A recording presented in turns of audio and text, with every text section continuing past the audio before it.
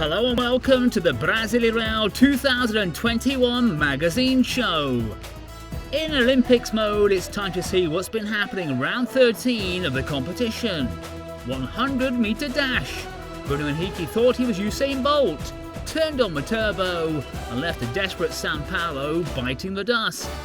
Gold medal. It wasn't a vintage performance, but Palmeiras kept going and remained top of the league. Silver. Gallo won to stay right behind the greens. The best players of the round, the best skill, and much, much more. All coming up in the round 13 magazine of the Brasileirão.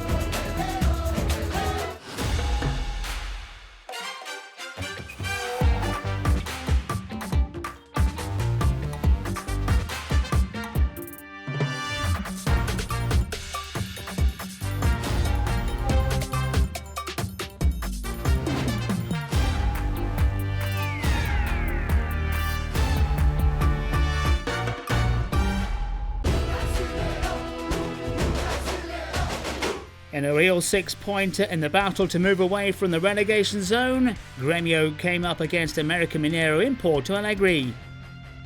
The tricolor took to the pitch at full strength to pick up some valuable points, and that was also the case for the Rabbits.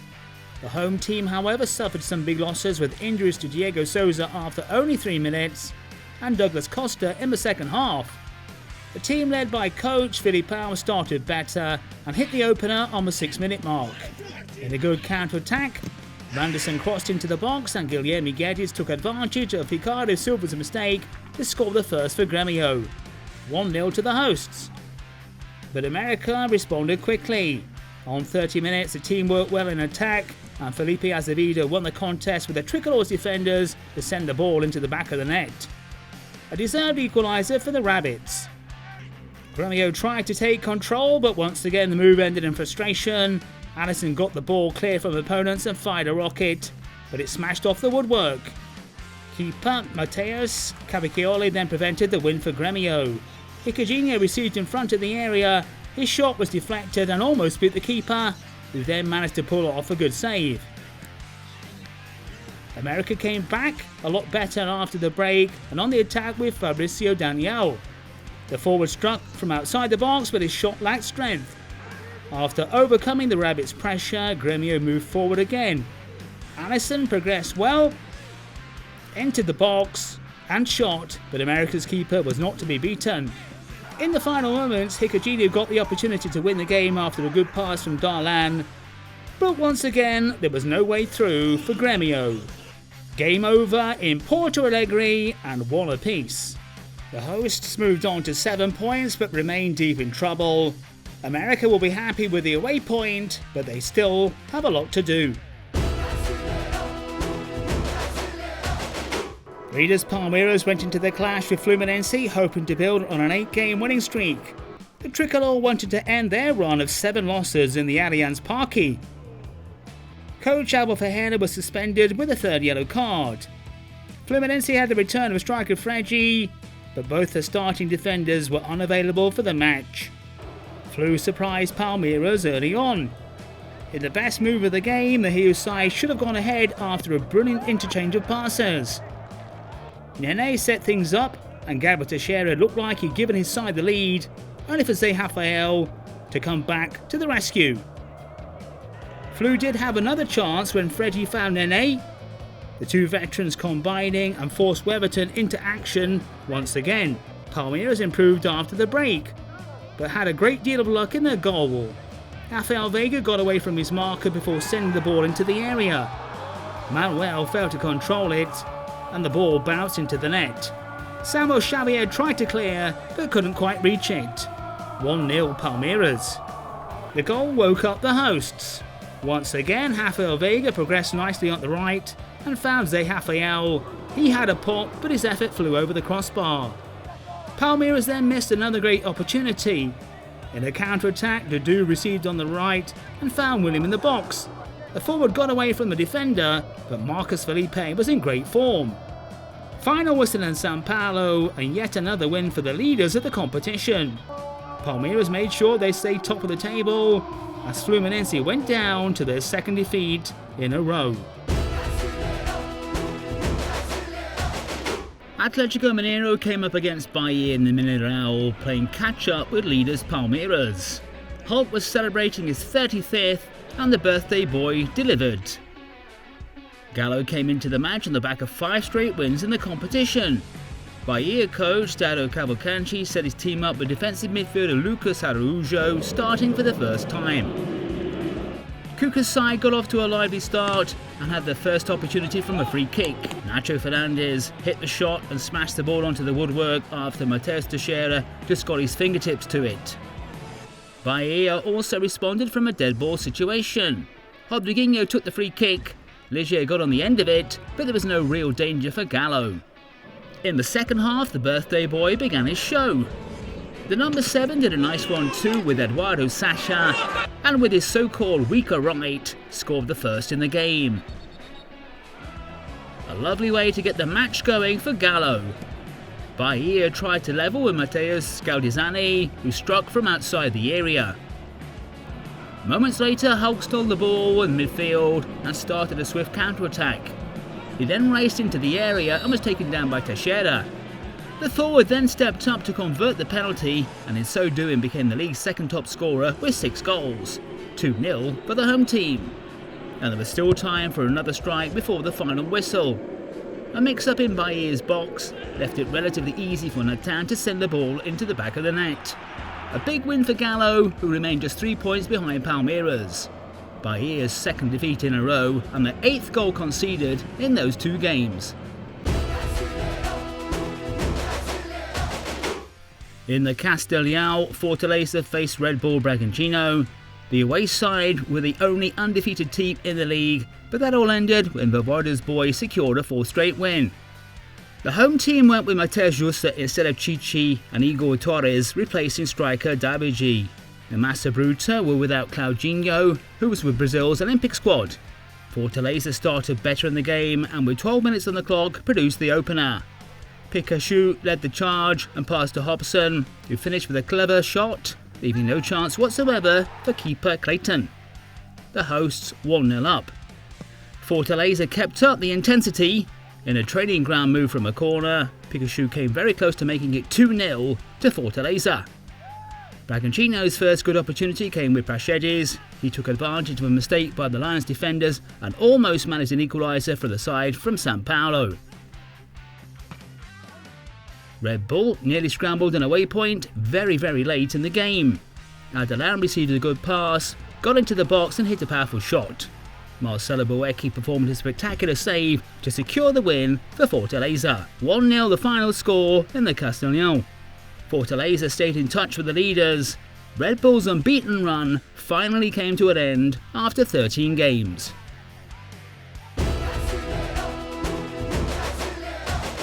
Flamengo and São Paulo clashed swords in the iconic Maracanã, with the Tricolor defending a 4-year unbeaten run against the Rubro-Negros.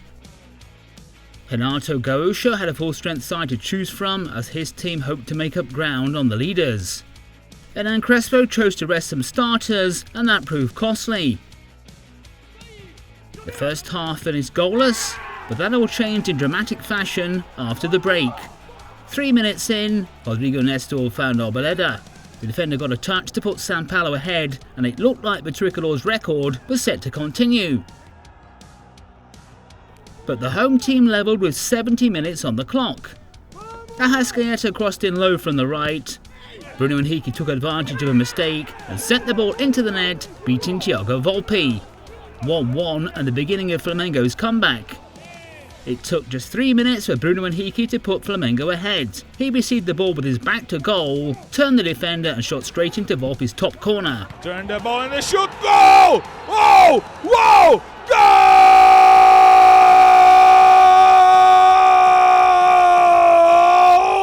It's Flamengo's goal!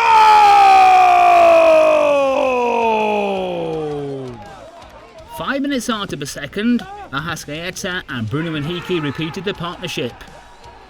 The winger got onto the end of the Uruguayan's cross and headed in to score his hat-trick in less than 10 minutes. The player's 6th goal in the Brasileirão. Emotions were high and both benches got into a heated argument, forcing the referee to flash his red. On 80 minutes, there was another goal for the club from Hio in a dead ball situation. Vitinho put it into the area. Rodrigo Caio appeared unopposed to find fellow defender Gustavo Henrique, who just pushed the ball into the back of the net.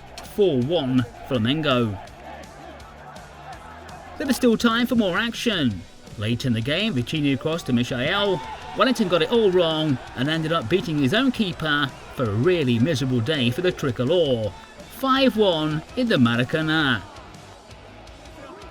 Game over and a fantastic win for Flamengo, who ended that 4-year run without a win against São Paulo.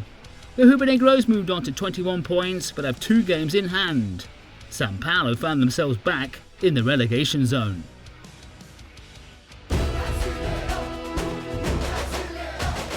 In the Vila Belmiro, Santos locked horns with Atlético Goianiense. The home team kept the same formation from the previous matches. The Dragons made changes to their starting lineup, bringing in André Lima and Gabriel Baralhas. With 17 minutes on the clock, Zé Roberto found Baralhas with a deep pass behind the defenders. The player was left one-on-one with keeper João Paulo, who slipped and brought down his opponent in the box. Penalty. Zé Roberto converted to give the away side the lead.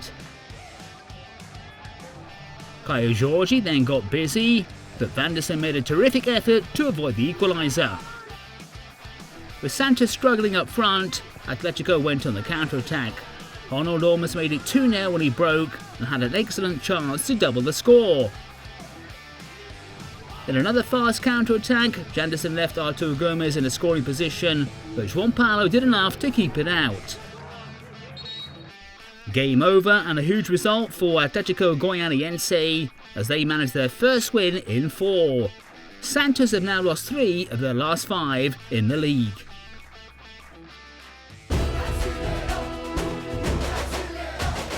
In the Arena de Baixada, Atlético Paranaense faced Internacional.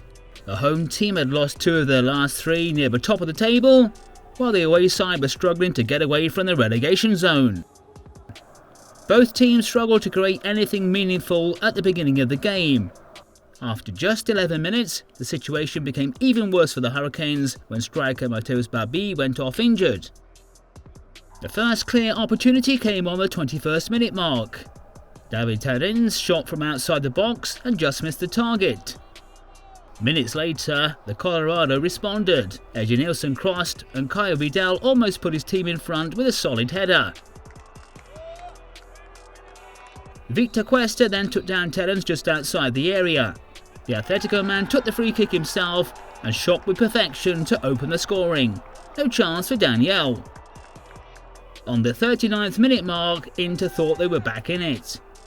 On the counter-attack, Caio Vidal nailed a beautiful shot into the top corner. But after a VAR review, a foul was called against Vitinho earlier in the move, much to the despair of Internacional's players. At the end of the first half, Cuesta did a poor job trying to clear a cross, and Vitinho fired in a rocket to double the score. 2-0 to Atletico at the break. Nicao then had a go. He made it awkward for Daniel, who just about did enough to prevent a third for the Hurricanes. When it looked like the hosts had it all wrapped up, Nicholas handled the ball inside the area and the referee gave a penalty. Ednilson converted with ease and scored his 6th in the competition. But the goal came too late and Atletico were back to winning ways as they closed in on the leading pack. Inter continued to struggle with just 1 win in their last 5. Desperate to leave the relegation zone, Sport faced Ceará, who were defending an 8-game unbeaten run. Coach Humberto Lousa repeated Sport's lineup that beat América Mineiro in the last round. Guto Ferreira also kept the same strategy, sending out his best team. Under the heavy rain, both sides struggled to create good opportunities and the match suffered. Ceará's best opportunity happened at the end of the first half. Fabinho finished from outside the area and the Sport defenders couldn't clear the ball. Fernando Sobral took over and crossed to Hick, but the forward struck wide. Sport finally got involved. Marcal received the ball facing the goal and finished with a powerful shot from a long way out, but missed the target. 0-0 the final score. The Lions stayed out of the relegation zone, and Sierra kept their unbeaten run going for another round.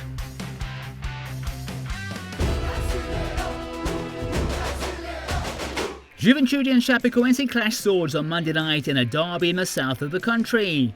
The Alfredo Giacone was the stage for the match between the two newly promoted clubs. Juve's Marquinhos Santos had the reinforcement of Dohan in the midfield, who was just signed from Ponchi. Chapecoense had Parocchi in charge of the attack, and he was the team's top scorer at the start of the season. Juve started the game firing on all cylinders and putting pressure on Chapi. With only 3 minutes on the clock, Palonhiki's run wasn't picked up, and he sent in an inch-perfect cross for Mateus Peixoto to head home. A fantastic start for the hosts as they went 1-0 up. After the goal, the game cooled off a bit with few chances for both teams. The next big opportunity was from Juve's number 10. Wesley took advantage of the mistake made by the defenders and forced Chapi's keeper into a good save. Despite being behind, Chapi struggled to create, but one attack almost got through when Mateus Ribeiro crossed to Parocchi, but his header went wide. On the counter-attack, Chico progressed well into the middle and found Bruninho on the right. The winger beat the defender and shot. The ball defended off Chico before reaching the net, but after a VAR check, the referee disallowed the goal after spotting a handball by Chico. End of the story in Alfredo Giacone. Juventude picked up all 3 points in what was a very important win. Chapecoense continued to prop up the table and are already starting to look doomed after their 9th defeat of the campaign.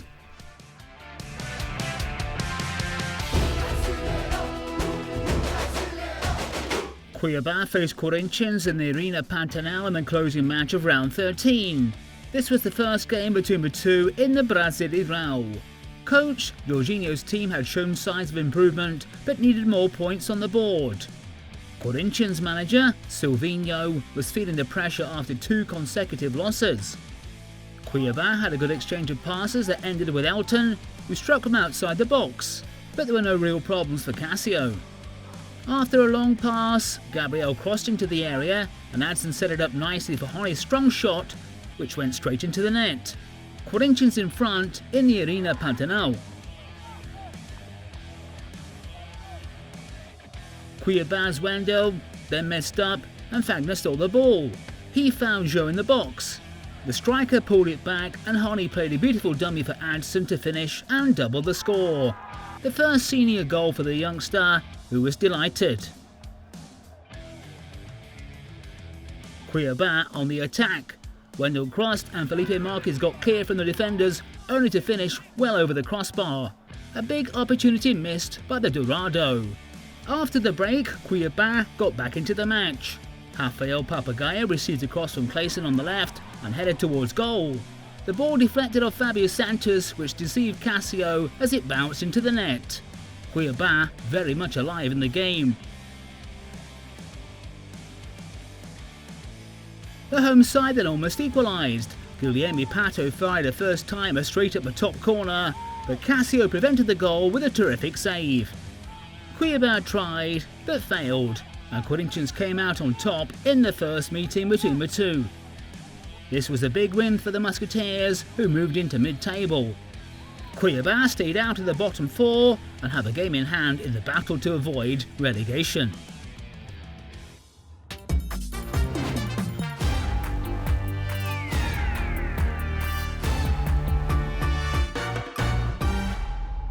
It's that time in the show to take a look at the best goals of the round.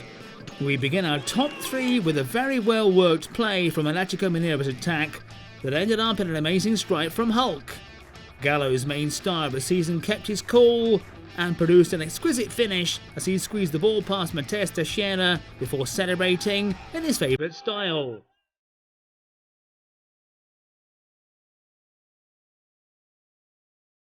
Our number 2 is his fabulous free kick.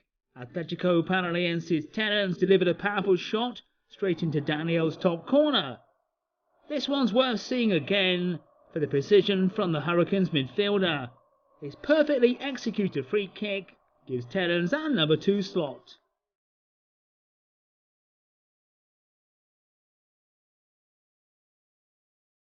But in first place is the top star of round 13, Bruno Henrique. This was the Flamengo man's second in the match against Sao Paulo, and what a beauty it was. Terrific skills from the forward as he flummoxed the Tricolor's defence before beating Thiago Volpe. Without doubt the best finish of the round, and Bruno Henrique in devastating form as he helped demolish Sao Paulo.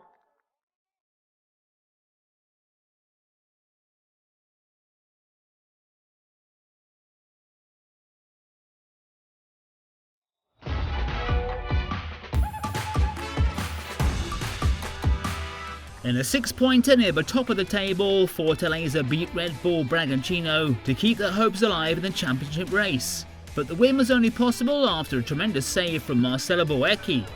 After a nice 1-2, Adalan broke into the area and hit a powerful shot, but Boecki was there to save the day and prevent the equaliser. Brilliant start from the keeper as Marcelo Boecki gets the nod for the best save in round 13.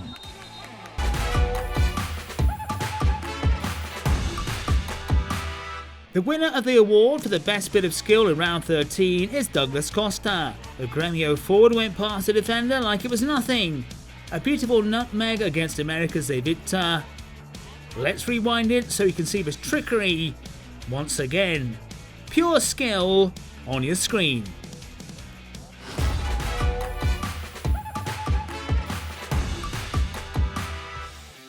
Let's take a look at the players and the coach who impressed us in round 13. In goal, we've gone for Weberton of Palmeiras.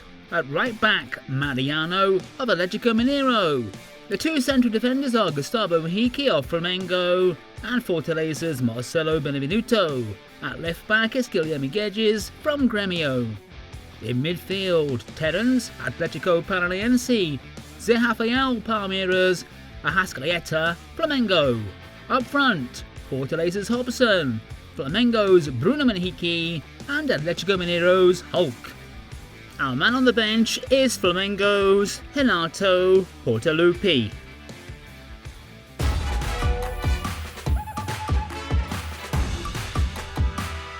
Pay close attention to what the best player of round 13 ended up doing. Bruno Henrique once, twice, Turn the ball and the shoot. Goal! Oh! Whoa!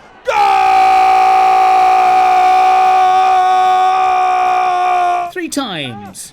The Flamengo star scored a hat-trick in just 8 minutes in the 5-1 thumping of Sao Paulo in the Maracanã. The striker changed the course of the game and was voted the best player in our magazine.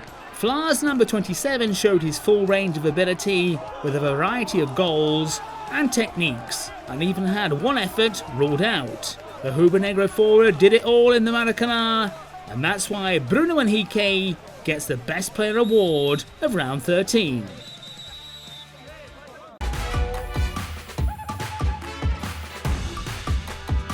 With 13 rounds gone, we're really starting to get a feel of how this championship is going to pan out. Palmeiras and Atlético Mineiro are still the teams to catch, but Fortaleza are close behind, and so are Bragantino. Atlético Paranaense and Flamengo are in the Libertadores slots. Further down the table are Giants Corinthians, Santos, Internacional, who still struggle, but the teams in real trouble are Sao Paulo, América Mineiro, Grêmio and Chapecoense. The idol is back. Corinthians have announced the return of Renato Augusto. The veteran midfielder was in the last World Cup with the Brazil side and he's back at the club he played for between 2013 and 15. Renato has penned a deal with Corinthians until the end of 2023. Reinforcement for the leaders. Palmeiras have signed left-back Jorge on a 4-year deal from Monaco. The player showed great promise at Flamengo, and after a good stint at Santos, he got called up by Brazil. Walk of Fame. Adriano, the Emperor, has put his feet in the Maracanã's Walk of Fame. The former top striker has won the Brasileirão twice. In 2009 at Flamengo, where he was the competition's top scorer with 19 goals, and in 2011 with Corinthians. Adriano became a worldwide phenomenon, playing for Inter Milan and winning titles with Brazil. He's now immortalised at the most traditional stage of Brazilian football.